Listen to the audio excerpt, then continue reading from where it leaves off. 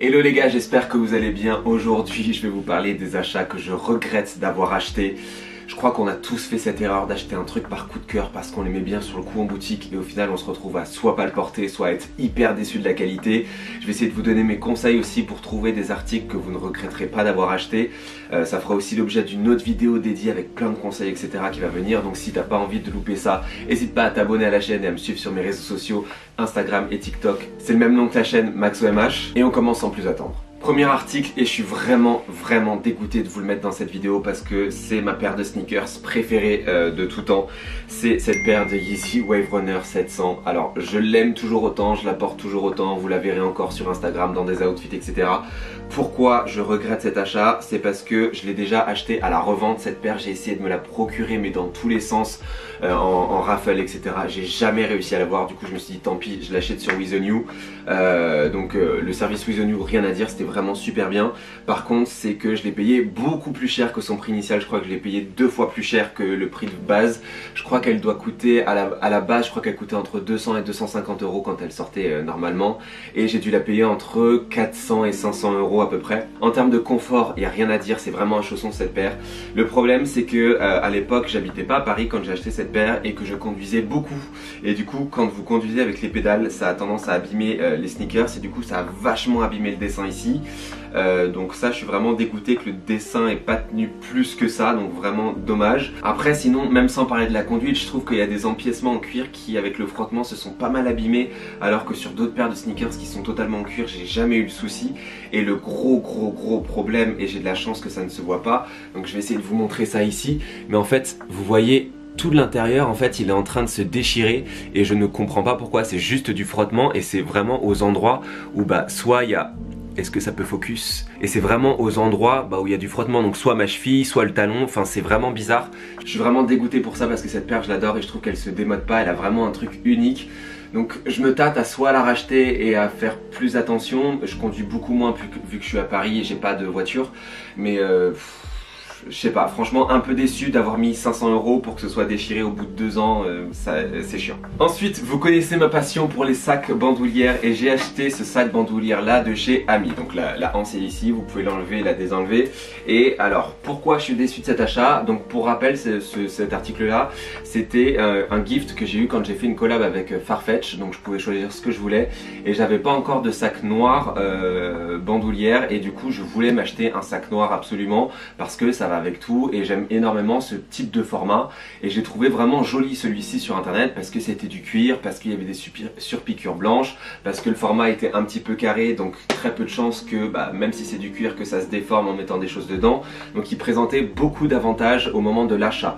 Le gros problème de ce sac là c'est que déjà il s'est quand même pas mal rayé. C'est du cuir lisse, bon pas grave, ça c'est la matière qui veut ça, on lui pardonne.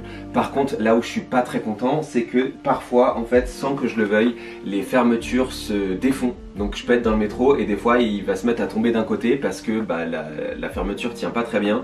Donc ça je suis un peu déçu et c'est surtout les finitions qui sont pas bonnes en fait. Je vais essayer de vous montrer parce que j'en ai enlevé pas mal. Mais si je me rapproche ici, vous voyez vous avez des petits coins où là ça s'est quand même enlevé. Il faut rappeler qu'Ami c'est quand même une marque de luxe etc. Mais vous voyez tous les coins ici là ça s'est enlevé et on voit qu'il y a typiquement du carton dedans.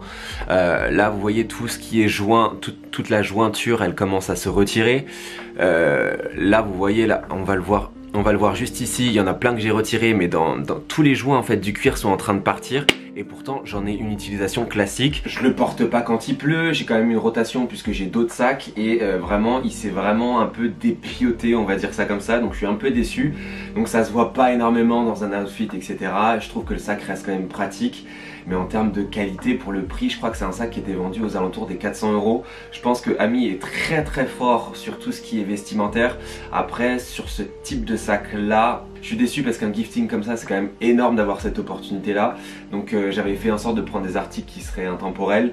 J'adore les vêtements de chez Ami, mais cet article-là en particulier, je recommande pas. En discutant avec mes collègues, je me suis rendu compte qu'il y avait certains articles qu'on achetait dans une enseigne dont on était quand même pas mal déçus parce que les articles sont quand même assez chers. La marque a un positionnement haut de gamme et c'est The Couples. Alors je vais m'expliquer, moi j'ai deux articles chez The Couples que je regrette d'avoir acheté.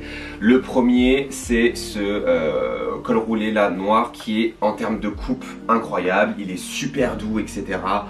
Il est un peu oversize avec un col cheminé, vous n'êtes même pas obligé de remonter le col, d'ailleurs moi je le porte vraiment avec le col comme ça. Et pourquoi je regrette cet achat? Alors je vais vous expliquer, c'est parce que je le porte très peu.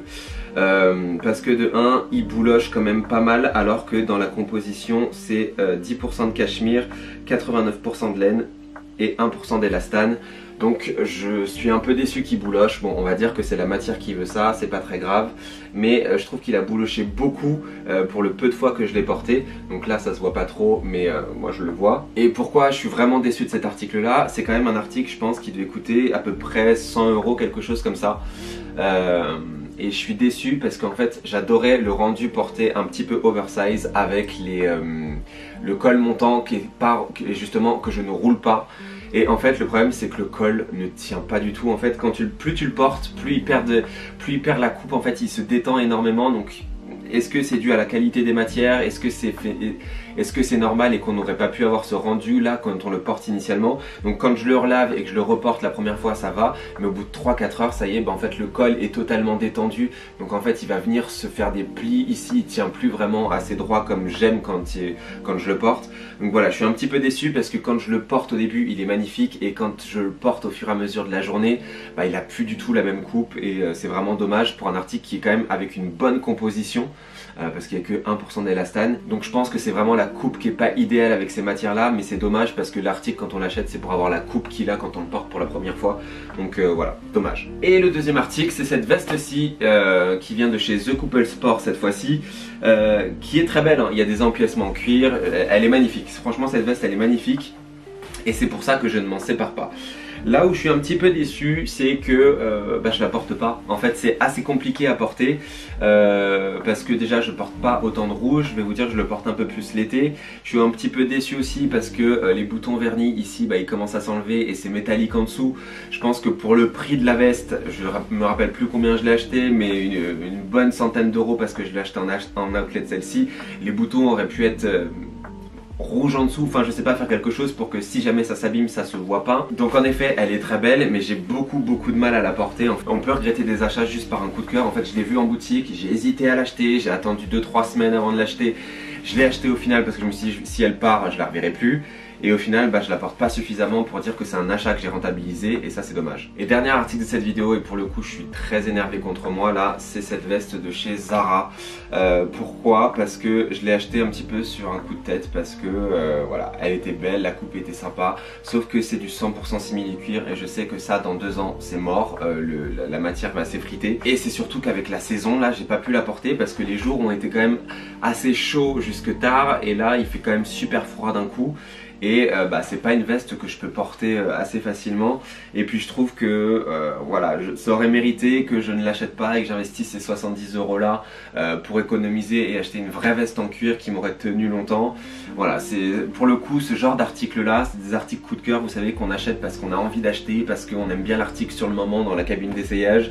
Mais c'est le genre d'article que dans 2 ans je vais regretter d'avoir acheté et c'est un petit peu 70 € à la poubelle. Donc elle est très sympa, hein. Elle est très belle, je vais la porter, je vais faire en sorte de rentabiliser mon achat, mais c'est dommage d'avoir investi sur une matière qui est pas ultra qualitative et c'est dommage de ne pas la porter non plus puisque en fait c'est un article que je ne porte quasiment pas et c'est pour ça que je regrette cet achat là. Donc j'ai fait beaucoup de tri ces derniers temps sur mon vestiaire, je fais de plus en plus attention maintenant à acheter des articles avec des matières 100% naturelles pour être sûr que ça tienne dans le temps, etc. J'essaye de changer un petit peu mes habitudes et de faire en sorte de ne pas regretter mes achats. J'essaie vraiment de regarder ce dont j'ai besoin, ce dont j'ai j'ai vraiment envie d'essayer d'attendre avant d'acheter pour être sûr que c'est vraiment quelque chose qui me fait toujours envie, pour éviter d'acheter un truc juste parce que c'est tendance ou parce que ça me plaît sur le coup. Apparemment il y a encore une marge d'erreur puisque je fais encore des achats que je rentabilise pas forcément. J'essaierai de faire une vidéo dédiée vraiment aux conseils pour être sûr d'acheter les bons vêtements, etc. parce que je pense que ça peut être hyper intéressant. On va s'arrêter ici pour cette vidéo parce que j'ai pas plus d'articles à vous montrer puisque j'ai fait un tri il y a pas longtemps dans mon vestiaire, donc j'ai plus que des trucs dont j'ai vraiment besoin, et ça c'est des articles je sais que je vais tenter de reporter, etc. mais dont je suis pas satisfait à 100%. Donc j'espère que cette vidéo vous aura plu les gars. En attendant la prochaine, on se retrouve sur Instagram et TikTok, c'est MaxOMH comme le nom de la chaîne, et puis je vous dis à demain 18 h pour une nouvelle vidéo. Ciao.